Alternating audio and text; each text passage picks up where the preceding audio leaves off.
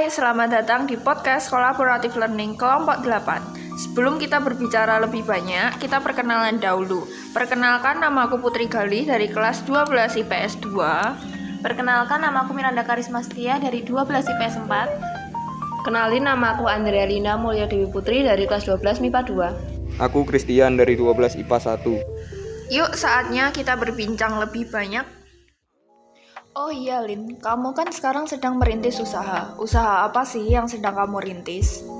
Iya nih, aku lagi buka usaha kecil-kecilan aja sih. Beruntung loh kita sebagai generasi muda Indonesia yang lahir di era reformasi ini. Lah, kok bisa beruntung? Kenapa? Nah, kalau dilihat dari pengalaman sejarah nih, zaman sebelum era reformasi banyak diwarnai banyaknya ketimpangan akibat kolusi, korupsi, dan nepotisme atau KKN. Situasi tersebut tentunya membuat orang kehilangan banyak kesempatan dalam berbagai hal, termasuk dalam kesempatan untuk membuka usaha, terlebih kalau kita tidak memiliki koneksi dengan penguasa negara. Namun setelah reformasi dengan adanya amandemen UUD 1945, kita sekarang memiliki kesempatan yang terbuka untuk berkompetensi dalam membuka usaha. Apalagi usaha sekecil apapun dapat membantu pemasukan ekonomi negara kita.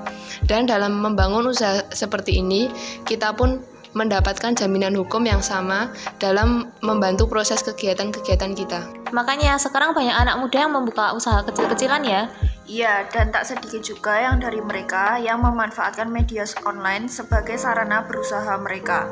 Tak mau usahanya hanya dilakukan asal-asalan, sehingga semua prosedur dilakukan, termasuk bagaimana mereka melakukan pembukuan yang baik.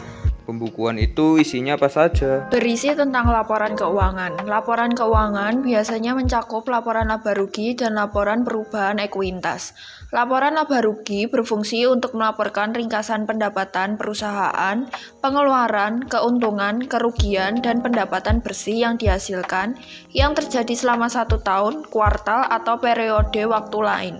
Dan laporan perubahan ekuitas berfungsi untuk mengetahui pertambahan atau berkurangnya ekuitas atau modal perusahaan setelah menjalankan kegiatan selama 1 periode akuntansi. Yang kedua ada neraca. Neraca sendiri digunakan untuk menentukan bagaimana memenuhi kewajiban keuangan perusahaan dan cara terbaik menggunakan kredit untuk membiayai operasi perusahaan. Dan yang terakhir adalah jurnal penutup. Jurnal penutup memiliki tujuan untuk melakukan closing di akhir periode akuntansi, juga untuk mempersiapkan akun-akun untuk digunakan pada periode selanjutnya, sehingga jurnal penutup dan neraca saldo setelah penutupan tidak bisa dipisahkan dan saling melengkapi. Berarti laporan itu menjadi sarana kontrol untuk meminimalkan terjadinya praktek korupsi seperti yang sudah-sudah. Ya, betul. Tapi gara-gara pandemi gini, pasti ekonomi di negara kita menurun. Iya, emang benar. Kemarin aku baca artikel tentang dampak virus corona terhadap bisnis. Ternyata dampak ekonomi menurun karena banyak kebutuhan konsumen yang berkurang. Tetapi di sisi lain, kita mendapatkan kesimpulan bahwa kita dapat bekerja sama mendirikan sebuah usaha dan belajar bagaimana cara mempertahankan usaha di masa pandemik ini. Apakah mendirikan usaha di Indonesia mendapatkan perlindungan hukum? Oh, ya jelas ada dong. Kegiatan mendirikan usaha di Indonesia mendapatkan perlindungan hukum, tetapi tidak kebal hukum. Misalkan saja bila kita membangun usaha secara online, kita dilindungi oleh undang-undang, tetapi juga harus tunduk pada undang-undang yang ditetapkan, yaitu Undang-Undang Informasi dan Transaksi Elektronik.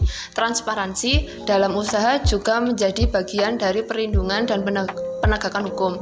Dengan mendirikan usaha secara online, juga diperlukan sebuah kerjasama yang kompak antar tim, kerjasama untuk mengatur keuangan, dan untuk mengakses jaringan yang digunakan untuk berjualan secara online. Dengan hal ini, persatuan dan kesatuan juga akan terbentuk di kalangan para pemuda. Dilindungi dalam Undang-Undang nomor berapa sih?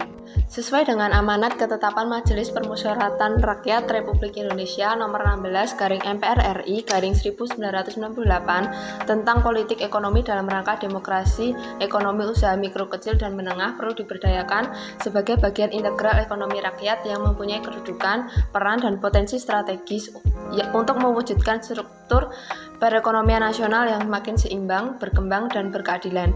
Jadi remaja milenial memiliki hak mendirikan sebuah usaha, namun harus memiliki tanggung jawab dalam mendirikan sebuah usaha yang meliputi pendanaan, sarana dan prasarana, informasi usaha, kemitraan, perizinan usaha, kesempatan berusaha, promosi dagang, dan dukungan kelembagaan. Selain itu, mendirikan usaha dapat menciptakan lapangan pekerjaan dan kita bisa mendapatkan keuntungan yang lumayan besar loh.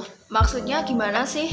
Contohnya saat ini aku menjadi kurir dan aku harus mengantar barang pesanan pelanggan.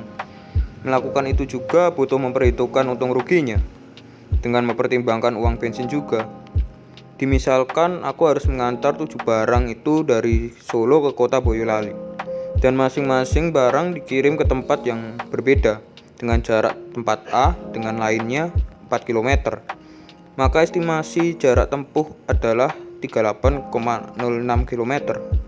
Rata-rata sepeda motor dapat menempuh hingga 40 km, memerlukan setidaknya 1 liter bahan bakar.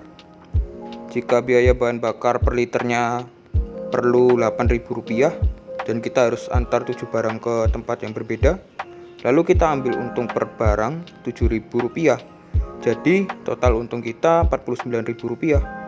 Jika dipotong uang bensin sebesar Rp8.000, untung kita adalah Rp41.000. Jadi aku tidak rugi melainkan untung.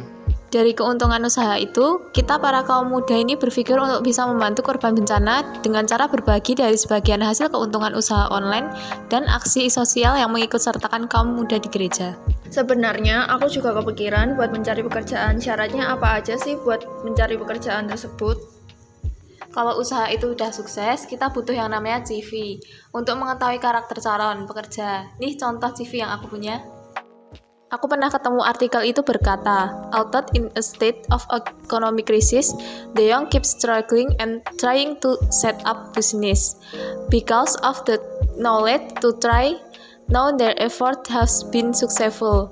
So, as a young generation, we must have extensive knowledge and don't be afraid to try.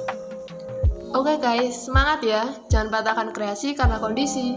Sekian dari kami, tunggu kami di video berikutnya. Bye-bye guys, stay healthy!